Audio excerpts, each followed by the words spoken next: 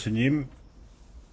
오늘은 6월 16일 연중체 11주간 목요일입니다. 오늘 독서는 엘리야 예언자를 회고하는 집회서의 기록입니다. 구약시대의 대표적 예언자로서 엘리야는 불처럼 일어섰고 횃불처럼 타오르듯이 사람들에게 말했습니다. 그는 죽은 자를 죽음에서 일으키고 지극히 높으신 분의 말씀에 따라 그를 저승에서 건져냈습니다. 여러 임금들을 멸망으로 몰아넣고 명사들도 침상에서 멸망으로 넣었습니다. 그는 시나이 산에서 꾸지람을 듣고 호랍산에서 징벌의 판결을 들었습니다. 그는 임금들에게 기름을 부어 백수하게 하고 예언자들에게도 기름을 부어 자신의 후계자로 삼았습니다. 그리하여 불 소용돌이 속에서 불 마차에 태워 들어 올려졌습니다. 엘리야는 기원전 8세기에 활약한 예언자이고 집회서는 기원전 2세기경에 기록된 성경인데 600년 전의 인물인 엘리야에 대해 이런 후한 평가를 내리고 있고, 특히 그가 생을 마치고 승천되었다고 기억한다는 것은 후대 유다인들이 예언자들 가운데에서도 엘리야가 자신의 자유를 하느님의 뜻에 맞게 선용함으로써 자신의 생애를 천상적 가치로 들어 올린 뛰어난 인물이었음을 인정하는 것입니다.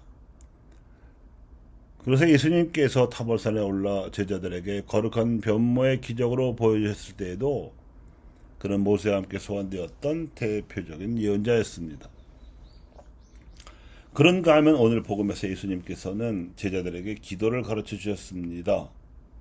오늘날 우리가 주님의 기도라고 부르는 이 기도에는 우리가 하나님께 찬미를 드리고 청원해야 하는 기본 지향이 담겨 있습니다.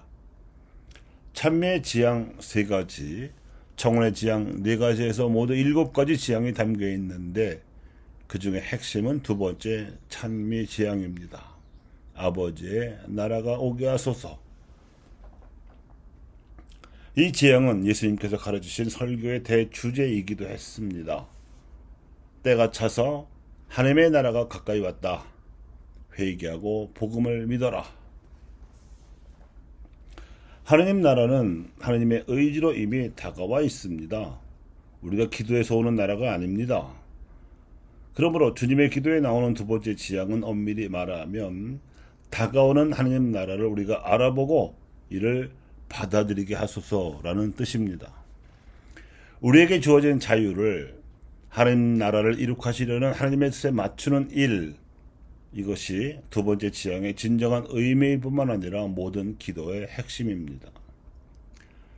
자유의 스펙트럼은 매우 넓습니다.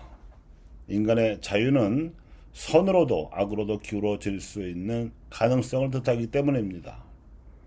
악으로 기울면 하와와 아담이 사탄의 유혹에 넘어갔듯이 하느님처럼 되어보겠다고 교만해질 수도 있고, 선으로 기울면 엘리야처럼 사렙다 과부의 죽은 아들을 일으키거나 바알 우상의 예언자들과 대결하여 승리할 수도 있습니다.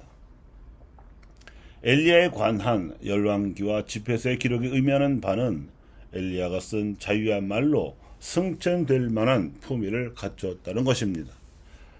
이를 배경으로 예수님께서도 우리가 주어진 자유를 선용하여 하나님 나라를 받아들이고 하나님의 이름을 거룩히 빛내며 하나님의 뜻을 이룩하는 데 쓰도록 기도하라고 가르치신 것입니다. 기도란 인간의 자유를 하나님의 자유의 주파수를 맞추어서 영적 교감을 이루고 이를 통로로 하여 공감대를 형성하게 해주는 영적 노동이며, 여기에 힘을 보태어주는 것이 하나님께서 무상으로 베푸시는 은총으로서 인간 자유를 하늘에로 고양시키는 영적 에너지이자 선물입니다.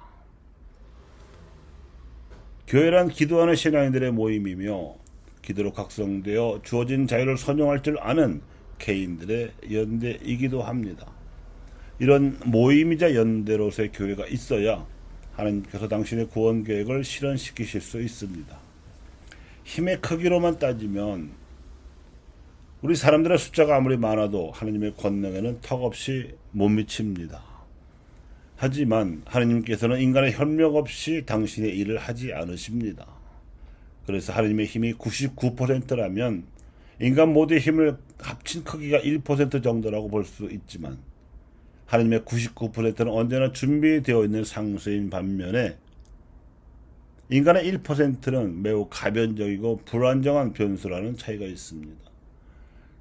그래서 예수님께서는 기도함으로써, 그것도 하느님의 주파수에 맞추어 기도함으로써 주어진 자유를 올바로 쓰라고 가르치셨고, 그리하여 하느님의 협조자가 되기를 바라셨다고 할 수 있습니다. 세상의 현실은 남용되는 인간 자유의 무대입니다. 숱하게 시행착오를 저지르다가 드물게 성취한 결과가 크게는 인류 문명이며 작게는 우리들 개개인의 인생입니다. 그러므로 주님의 기도 후반부에서는 우리가 유혹에 빠지지 않도록 기도하라는 예수님의 가르침이 특히 중요해 보입니다. 사탄의 유혹도 하나님의 은총처럼 상수로 작용하지만 우리가 자유를 올바로 행사하면 사탄도 인간을 건드리지 못합니다.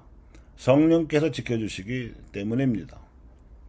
결국 운명과 성패는 우리에게 달려 있습니다. 그러므로 우리의 자유를 성숙시켜서 그 품위를 높이는 것이 새하늘과 새 땅을 이룩하는 지름길이며 또한 하느님의 부르심입니다. 감사합니다.